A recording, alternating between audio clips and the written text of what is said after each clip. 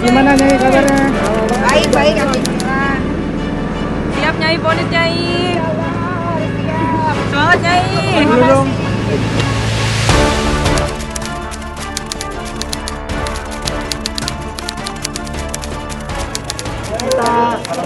Gimana rasanya Mi? Mi.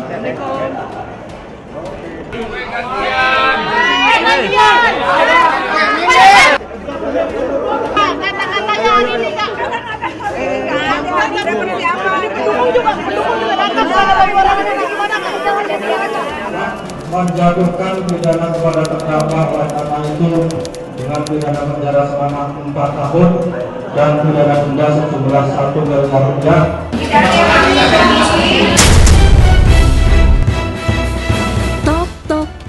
Majelis Hakim Pengadilan Negeri Jakarta Selatan akhirnya menjatuhkan hukuman 4 tahun penjara dan denda 1 miliar rupiah untuk terdakwa kasus pemerasan dan tindak pidana pencucian uang atau TPPU yang dilaporkan bos skincare Reza Gladys, yakni artis Nikita Mirzani. Majelis Hakim menilai Nikita Mirzani terbukti secara sah dan meyakinkan melakukan perbuatan pencemaran dan pemerasan terhadap Reza Gladys. Mengenakan short dress serba hitam, Niki tampak berusaha tegar saat putusan dibacakan majelis hakim. Yang diputuskan dalam sidang permusyawaratan Majelis Hakim Pengadilan Negeri Jakarta Selatan pada hari Jumat tanggal 24 Oktober 2025. Soal putusan 4 tahun biasa aja. Sudahlah, itu kewenangan Bapak Hakim yang mulia, biarin aja. Iya, gue mikirnya malah tadi 30 tahun nih gitu. Terus gue tua di dalam. Usai sidang, janda berusia 39 tahun yang tercatat sudah 4 kali mencicipi pekatnya hotel Prodeo ini mengaku kecewa tak terima dengan vonis majelis hakim. Karena itu, ia akan menempuh banding atas putusan yang kemarin sudah diketuk palu. Gak terima lah, tapi ya udah mau gimana lagi. Kan masih ada banding. Kalau banding pasti ya. Di depan juru warta, Niki tetap kekeh pada pendiriannya jika ia merasa tak bersalah. Bermodalkan tuduhan TPPU yang akhirnya tak terbukti, Niki mantap akan menempuh banding, peninjauan kembali hingga kasasi ke Mahkamah Agung untuk menggugat vonis majelis hakim yang menyatakan bersalah atas tuduhan pencemaran dan pemerasan. Ya, TPPU-nya nggak terbukti, pasal 369-nya juga sudah hilang, tinggal 1 pasal. Ya nanti kita berjuang di banding aja. Jika Niki didekap kecewa dan masih akan terus berjuang menempuh jalur hukum, terdakwa lainnya yakni asisten pribadi Niki Ismail Marzuki justru mengaku pasrah dan takut menempuh langkah banding atas putusan majelis hakim. Kalau banding mah takut naik, harusnya tuh sebenarnya bebas. Jadi ya udahlah, kalau misalnya emang itu kan udah putusan hakim yang mulia. Jadi Mail tinggal ikutin aja alurnya, tinggal jalanin ke depannya mau kayak gimana gitu. Harusnya balik nih, udah 8 bulan. Sementara kubu Reza Gladys tampak happy atas putusan vonis majelis hakim, meski vonis itu lebih rendah dari tuntutan jaksa penuntut umum yang menuntut 11 tahun penjara dan denda 4 miliar rupiah. Barisan pendukung Reza Gladys yang dikomandoi Fitri Salhuteru ini bahkan sengaja berkumpul di kediaman mantan sahabat Niki tersebut sambil nonton bareng putusan vonis majelis hakim untuk Niki kemarin. Kumpul silaturahmi juga, sekaligus mengucapkan terima kasih kepada teman-teman yang mensupport. Ada yang nonton, ada yang enggak malah ya. Malah kita banyak makan, banyak bercerita. Terima kasih sama teman-teman yang sudah kumpul di rumah aku. Harus digarisbawahi, ini bukan kita mau berpesta pora atas apa yang terjadi hari ini. Yang ada memang terjadi berdasarkan putusan pengadilan negeri ini kan berarti Reza Gladys sebagai korban dari atas pemerasan. Selain puas dengan putusan majelis hakim, Fitri CS ingin Niki jera dengan vonis tersebut. Tapi bukan Niki namanya jika menyerah begitu saja. Merasa mendapatkan celah karena tuduhan TPPU Reza Gladys dinyatakan majelis hakim tak terbukti. Selain berencana akan banding atas vonis penjara, NM disebut-sebut akan melanjutkan gugatan perdatanya pada Reza Gladys dengan gugatan fantastisnya 244 miliar rupiah. Lantas akankah celah ini akan dimenangkan kubu NM? Gue punya feeling dari kemarin pasti pasal TPPU-nya hilang. Alhamdulillah hilang hari ini. Ya nggak tahu juga ya, Pak Hakim kemarin kan udah diperlihatkan secara gamblang di persidangan, ada saksi ahli, saksi-saksi yang didatengin juga kan jelas duduk permasalahannya apa. Mail dan tim penguasa hukum Mail juga nanti bakal adanya buat laporan ya tentang pasal yang dituduhkan TPPU ini. Harusnya jerah. Berharap juga terpidana ini menjadikan ini pelajaran, banyak belajar. Mungkin hari ini ketemu Dr. Reza yang melaporkan, orangnya diem ya, nggak ada juga melakukan apapun di dunia maya. Mungkin kalau ketemu orang-orang yang sama dengan dia, mungkin kan akan menjadikan contoh tidak baik juga.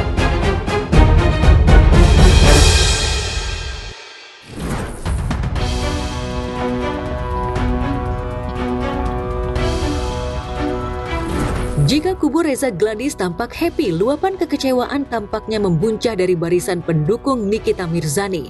Dr. Oki Pratama kemarin tampak lesu usai vonis dijatuhkan. Pun adik kandung Niki Lintang yang semula berharap kakaknya bisa bebas hari Senin kemarin. Ya kecewa sih ya, bisa lebih baik lagi hasilnya harusnya. Yang pengen bebas dong pasti, ya. Seperti apa katanya? Aduh, capek banget ya, lagi gak enak badan juga nih. Ya, kecewa juga nggak Kak dengan putusan hakim hari ini? ya disyukuri aja lah, karena udah diputuskan kan. Hari ini dia dengan masih yakin kalau seandainya hukum di negeri ini tetap berdiri tegak gitu.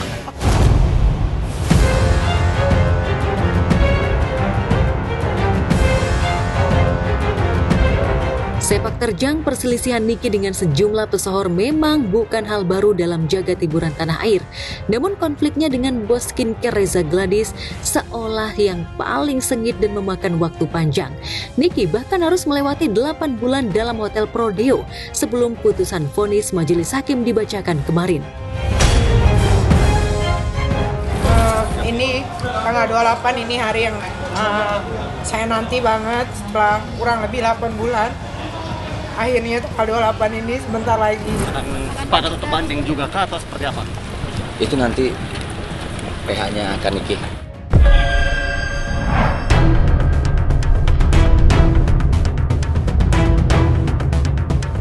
Konflik yang semula berlangsung di jagat maya lewat umpatan kata-kata sarkas hingga serangan bertubi Niki atas produk skincare milik kakak dari aktor Krisdiana Baharudin ini akhirnya memasuki ranah hukum setelah Niki diduga melakukan pemerasan dengan meminta uang hingga 5 miliar rupiah sebagai biaya tutup mulut lewat wasilah asistennya Ismail Marzuki alias Mail Syaputra. Reza yang disebut-sebut bersekutu dengan sejumlah pengusaha skincare lainnya seperti Melvina Husyanti hingga Dr. Richard Lee yang diduga pernah menjadi bulan-bulanan ocehan Niki akhirnya berinisiatif melaporkan Niki ke Bareskrim Polri. Perlawanan Reza Gladys pun sukses membawa Niki ke dalam bui hingga vonis penjara dijatuhkan. Lantas bagaimana luapan perasaan Reza Gladys dan suaminya? Karena kami sangat mempercayai proses hukum, kami sangat menghormati proses hukum. Bagi kami, yang penting terbukti dinyatakan bersalah. Awal persoalan ini dikatakan Nikita sama Mail itu memeras. Ternyata pemerasannya itu tidak ada. Pemerasan diganti dengan pasal apa? Pasal pengancaman. Ternyata pasal 369 soal pengancaman juga tidak terbukti gitu. Walau bagaimanapun strategi menyembunyikannya, terbukti siang ini hakim menyatakan terbukti bersalah atas tindak pidana pemerasan. Niki bukan saja sangar dan gahar lewat celotehannya di media sosial. Di ruang sidang pun Niki tampil terengginas hingga beberapa kali terlibat adu mulut dengan jaksa penuntut umum hingga JPU ogah bersalaman dengannya. Niki juga pernah ngamuk, marah-marah kepada petugas pengadilan, bahkan terlibat perdebatan sengit dengan pelapornya Reza Gladys saat memberi kesaksian.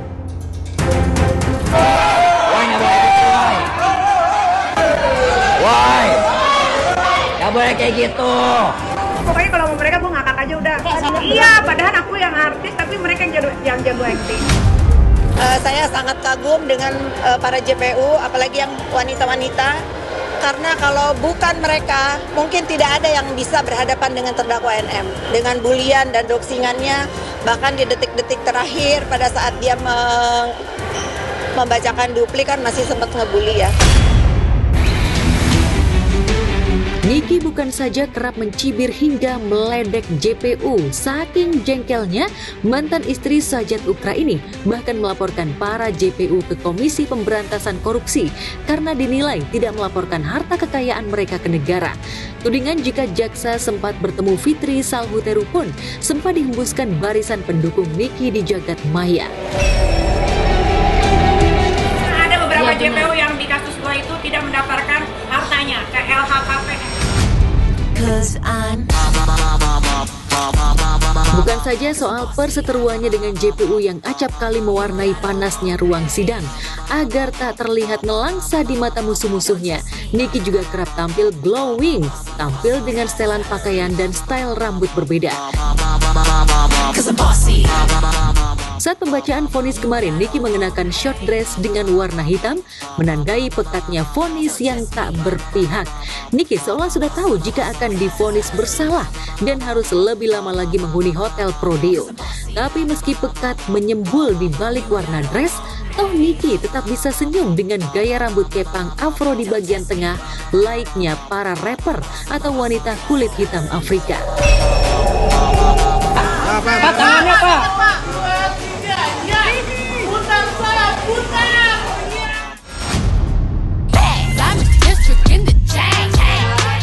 Tak hanya gaya rambut itu saja, sebelumnya Niki juga pernah mengenakan kerudung menutupi setengah kepala dengan dalih agar terlihat sopan saat membacakan duplik.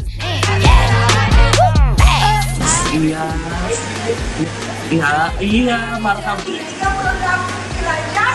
Iya. Iya, biar pada sadar deh, jangan pada kejam-kejam amat jadi manusia. Ia juga tampil bak Cinderella hingga aksinya memasuki ruang sidang dengan wajah di makeover layaknya ingin tampil di acara talk show.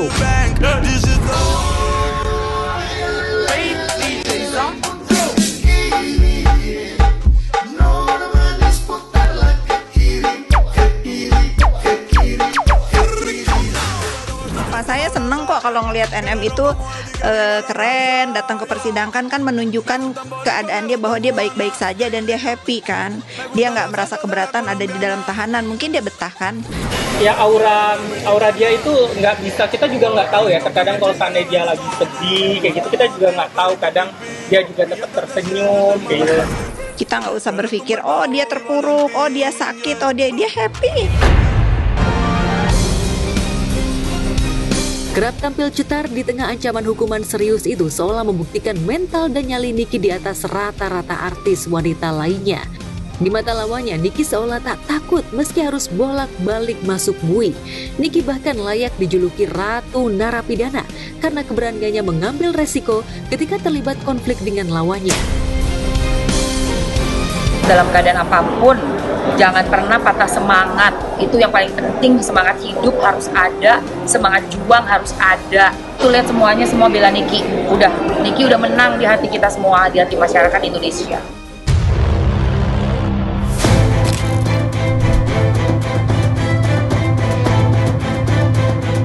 Tapi secetar membahana apapun penampilannya, segahar apapun mental Niki, sebagai manusia biasa Niki tetaplah bisa menangis, terutama ketika gundukan rindunya pada anak-anaknya sudah memuncak.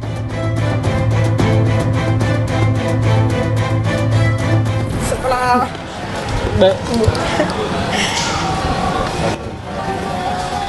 hari aja tuh udah kayak 1 minggu gitu kan. Jadi ini malah udah mulai kayak melo gitu. Hanya yang membuat dia bisa sedih dan menangis itu hanya soal anak sih, soal keluarga itu aja. Kan biasanya kan kita itu selalu yang tidak pernah absen gitu tentang kegiatan anak-anaknya, bahkan hampir tiap pagi dia itu bangun pagi untuk ngantar anaknya. Itu aja momen-momen yang dianya hilang. Udah jadi pelajaran berarti juga buat dia agar lebih bijak lagi berucap, kata-ketik, berbicara, bersikap, ya jadi pelajaran aja buat dia.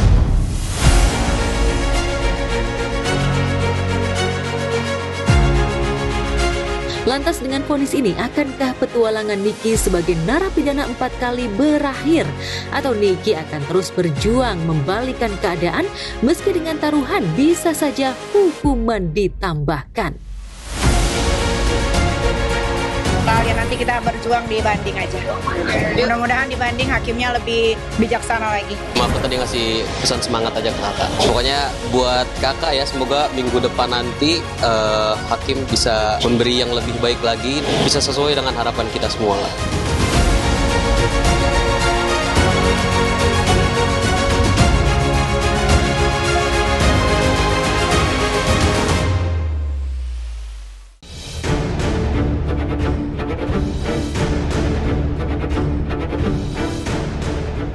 Rumah tangga Angbin Rishi dan Adli Fairuz benar-benar berada di tubir perceraian setelah beberapa waktu lalu kerap membuat teka-teki lewat unggahan media sosial pribadinya, dan kini semua perhara itu semakin menjurus kepada perceraian. Perpisahan sepertinya bukan isapan jempol belaka sejak 23 Oktober lalu. Angbin melayangkan gugatan cerai ke Pengadilan Agama Jakarta Selatan. Ada data terdaftar ya di Sistem Informasi Penerusan Perkara Agama Jakarta Selatan atas nama dengan inisial AR melawan AAF. Daftarnya terdaftar tanggal 23 Oktober 2025. Sidang pertamanya nanti tanggal 6 November 2025. Langsung atau dikuasakan oleh kuasa hukum? Dengan kuasa hukum. Disinyalir dugaan orang ketiga lah yang menjadi musabab retaknya bahtera yang sudah dikayu bersama selama 5 tahun itu. Jika sebelumnya ia kerap mengunggah masak-memasak, namun belakangan sebelum gugatan ini dikonfirmasi, Angbin mendadak selalu mencurahkan isi hatinya hingga soal kalah gatal dengan perempuan yang diduga kini tengah dekat dengan Adli.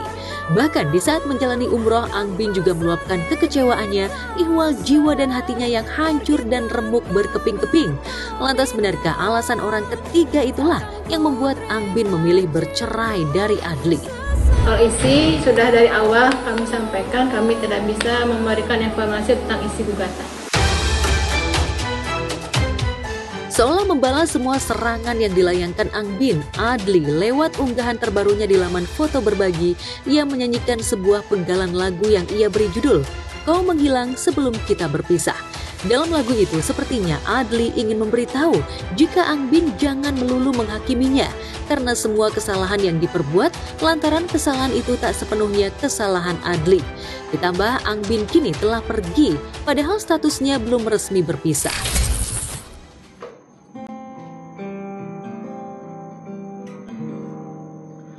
Jangan hakimi aku,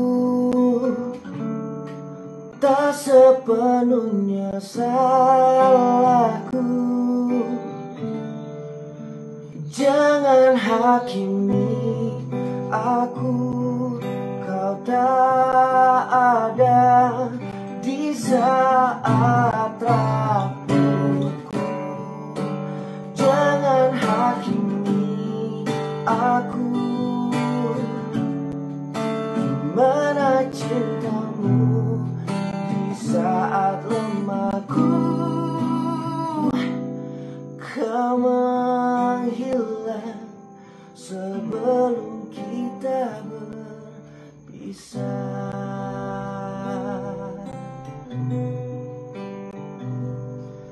Kau menghilang sebelum kita berpisah.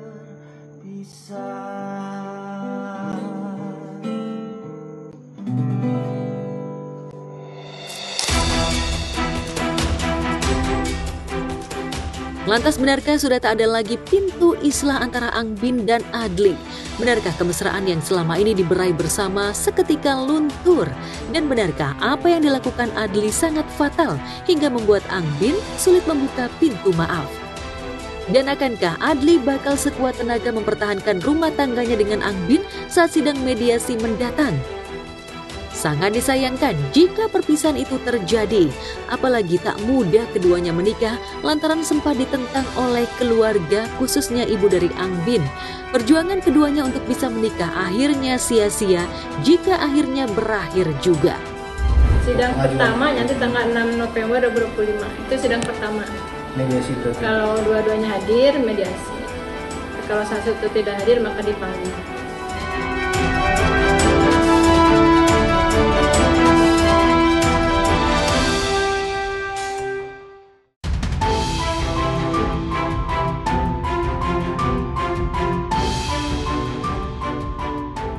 Jelang sidang cerai yang akan digelar hari ini, Rabu 29 Oktober, Andre Taulani malah curhat colongan alias curcol ke Natasha Rizky, mantan istri sahabatnya Desta. Andre yang niat awalnya bikin konten room tour malah adu nasib dengan Caca karena sama-sama merasakan perpisahan dan dirundung kesepian. Quote dari salah satu tokoh utama terkemuka itu seolah menyentuh hati Andre. Ibnu Aun. Ini bagus nih ya buat kita nih Kak. Oke. Buat kita nih Kak. Oke. Ibnu Aun. Tadi lu gue penasaran dia bilang kayak gitu mau baca gue. Ibnu Aun. Mengingat makhluk itu seringkali menjadi sumber penyakit dalam jiwa dan hati, maka mengingat Allah lah obatnya. Masya Allah, bener banget Cak itu, bener Cak. Macam suka sedih deh. Kita kan ada quotes yang bilang kita jangan terlalu berharap kepada manusia, karena manusia itu bisa berubah.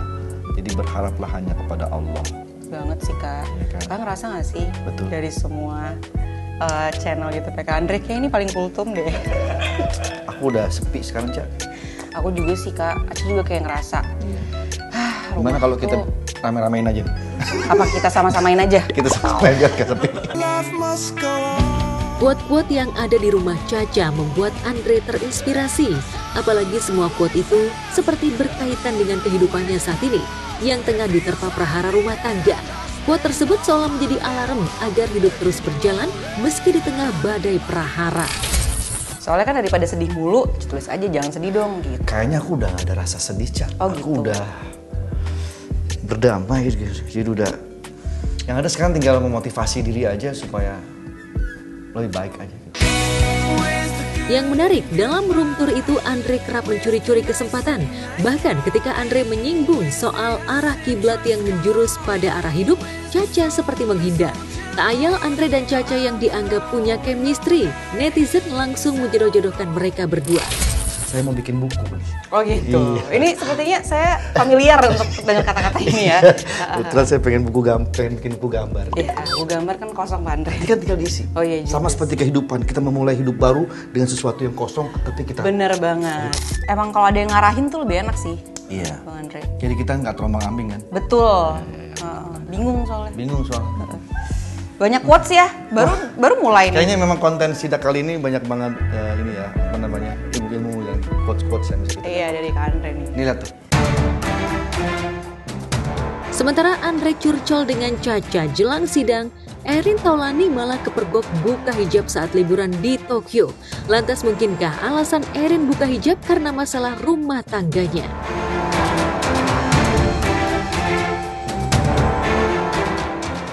Sudah,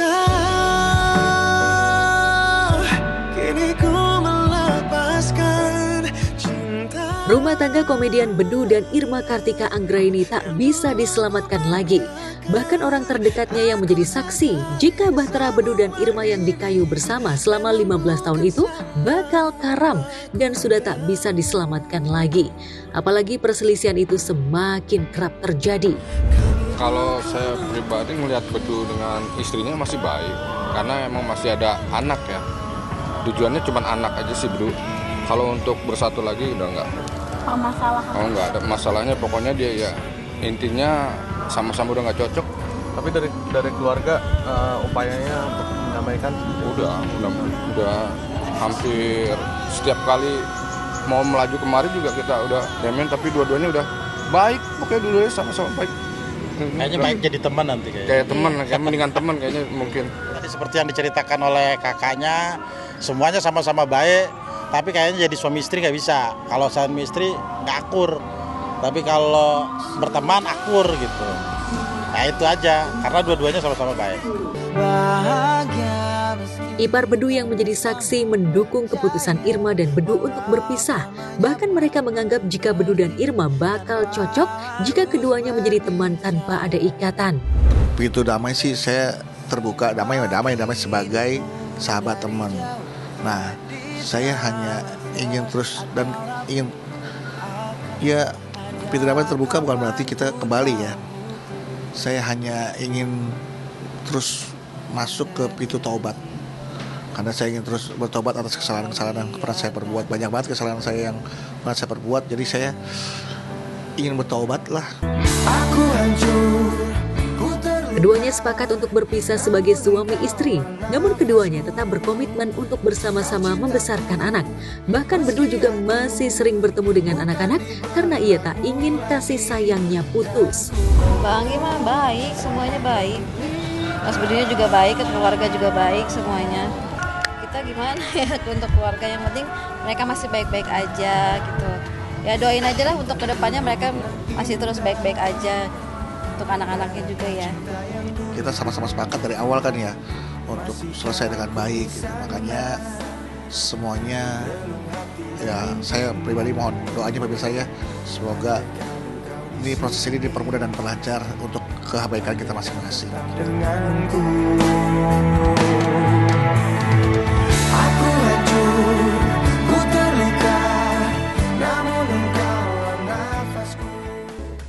Kemarin sidang cerai Bedu dengan Irma Kartika digelar. Dihadirkan dua saksi nih, yakni kakak ipar dari Bedu.